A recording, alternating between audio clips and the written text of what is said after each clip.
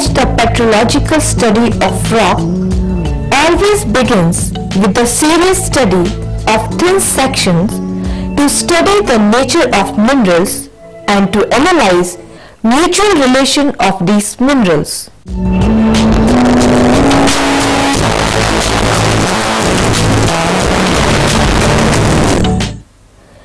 No petrological study can be complete without an understanding of textural and structural development of the rock.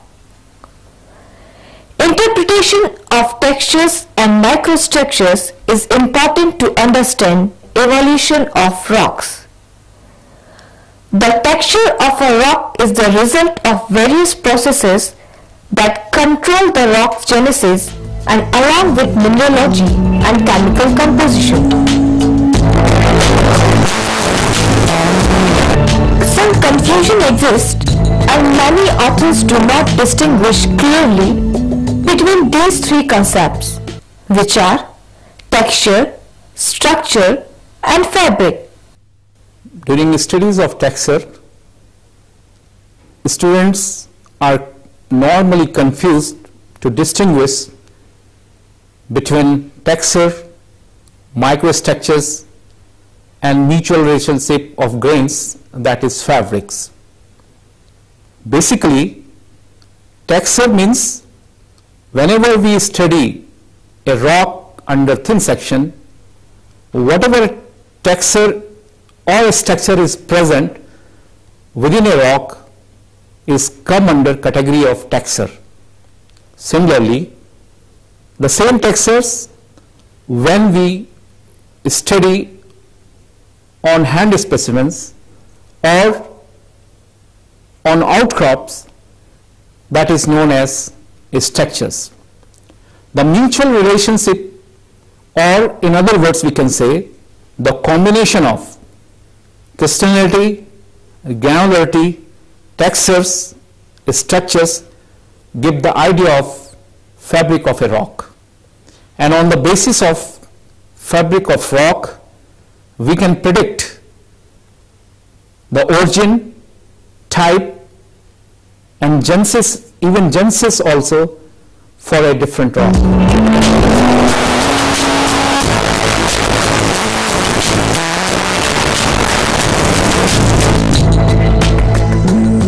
First of all, texture. Texture refers to specific intermineral relationship that may be repeating throughout the rock.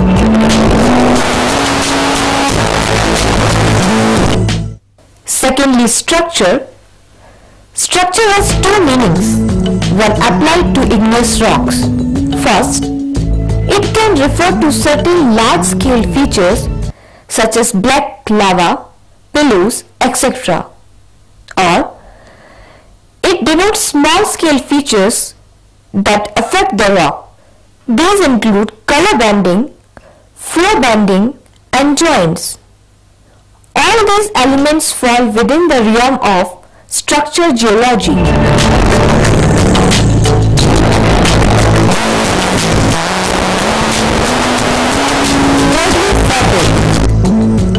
Fabric is overall aspect of the rock which results from a combination of textural and structural elements. Fabric is influenced by texture together with the shape of components.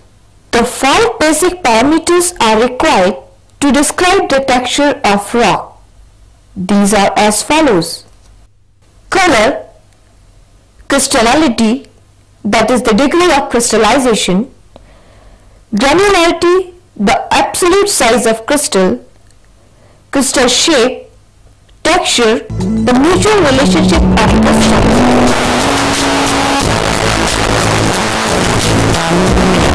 We start with color. Every rock sample should be classified according to color using the following schemes. Less than 30% dark minerals present. Mesocratic, 30 to 60% dark minerals present. And melanocratic, having greater than 60% dark minerals. This is purely a reflection of minerals color and is independent of the subdivision into felsic, mefelsic and mafic, that is acid, intermediate, basic and ultra basic, defined by the type of mineral present. During petrographic studies, the study of rock under microscope, the texture play a very important role during study of a igneous rock, because on the basis of texture we can predict depth, composition and nature of a rock. Texture is nothing, it is a combination of different minerals. Say for example, if dunite rock is there, the only mineral present in dunite is your olivine and the texture is your cumulative. Similarly, if directive texture is present in a igneous rock, that indicate about the movement direction of a magma. So for example, if granitic rock, it means the rock must be holocrystalline, phenric, having equigranular texture or inequigranular textures like porphyritic granite. We can say, while we will write the mutual relationship or fabric, rock is a holocrystalline, phenric, showing porphyritic textures where the phenocryst of potash feldspar are embedded in a fine grained ground mass. So in this way we can find out or we can identify the fabric of a rock.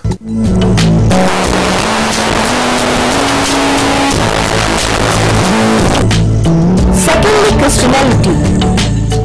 Crystallinity is the ratio between crystallized to non-crystallized materials. There are the following types. First of all, holocrystalline. When rock is mainly composed of crystals that is one of the crystals, it is therefore known as holocrystalline.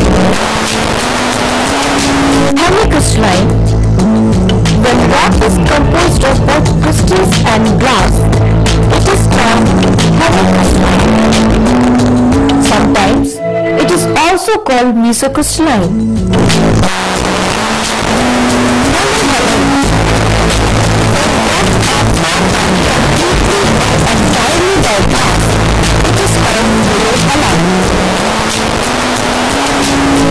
Now we deal with significance of crystallinity. Plutonic rocks are monocrystalline and the basalt rocks are mostly holocrystalline, whereas many volcanic rocks are hemicrystalline or even holocrystalline. Rapid cooling and high magma viscosity favors glass formation, whereas slow cooling and less magma viscosity promotes crystal growth.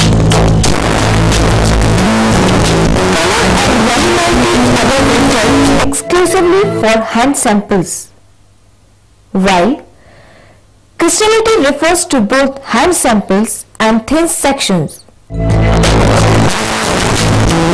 Crystal shape refers to both hand samples and thin sections, while texture refers mainly to thin sections.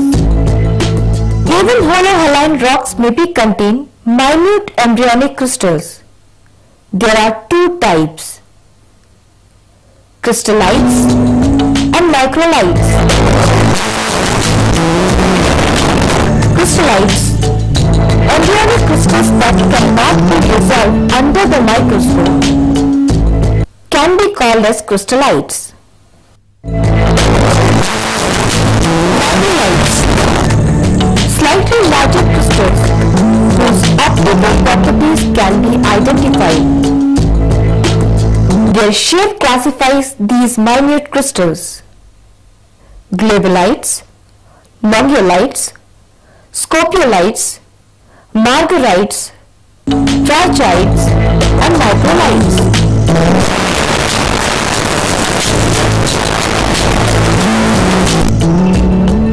Glass is a supercool viscous solution with no regular molecular arrangement. It is therefore unstable and tends to form fibrous crystals with the passage of time. This is referred to as devitrification.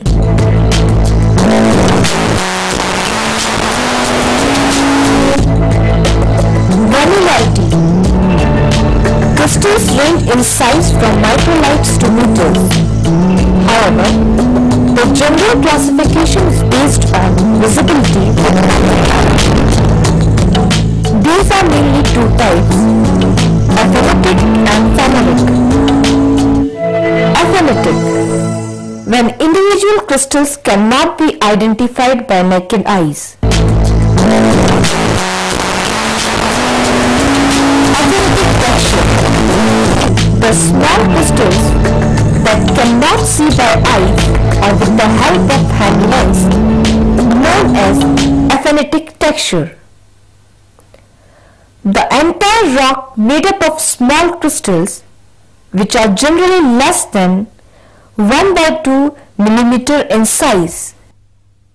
This type of texture usually found in volcanic or hyperbasal environment formed by rapid cooling.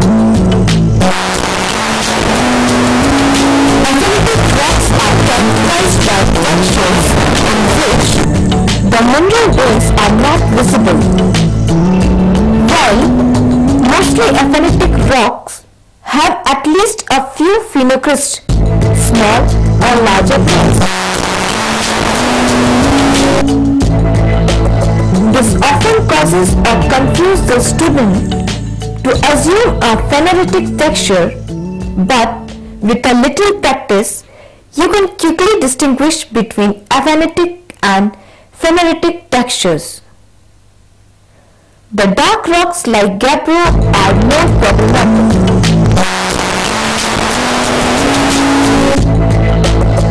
Aphanitic rocks may be holohaline, hemicrystalline, or microcrystalline. That is, individual crystal can be distinguished with the aid of a microscope. They can be cryptocrystalline.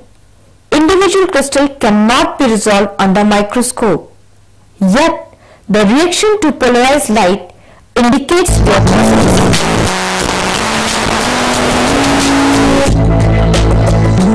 Now, phenolocrystalline or phenolitic. When we identify and distinguish the individual crystals by naked eyes, example of phenolitic rocks show a hand sample and a thin section of phenolitic textured rock.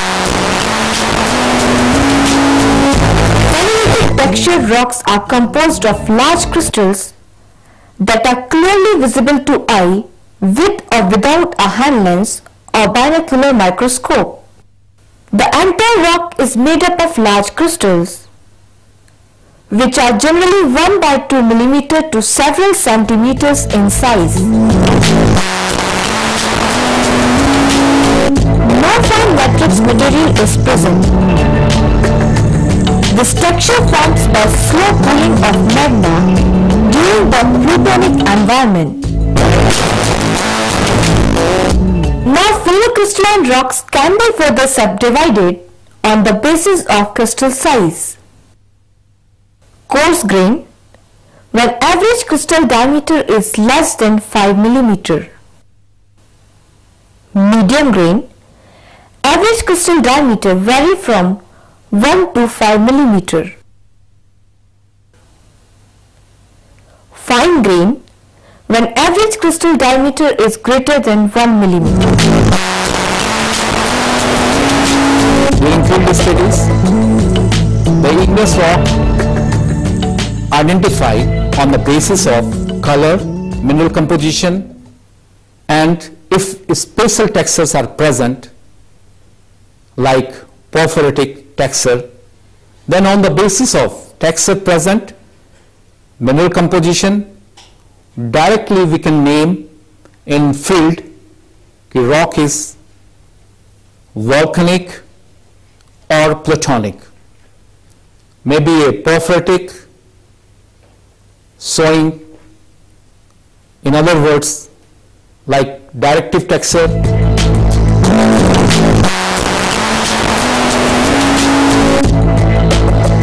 Now, after discussing granularity, we start crystal shape. The overall fabric depends largely on crystal shape. This can be defined in two ways. First, by reference to development of crystal faces, and by referring relative crystal's dimension to the three directions in space. Now, crystal faces. The crystal face may be grouped or classified into following types. First, euhedral. When crystals are completely bounded by crystal face, is known as euhedral crystal. Second is subhedral. When some faces partially develop but not all the faces, is known as subhedral. Third is anhedral. When crystal faces are totally absent, often due to other crystal interfering with their growth, is known as anhedral. Now we discuss direction in space. It depends upon the type of mineral present. First of all, equidimensional. When crystal more or less equally develop in every direction, it is known as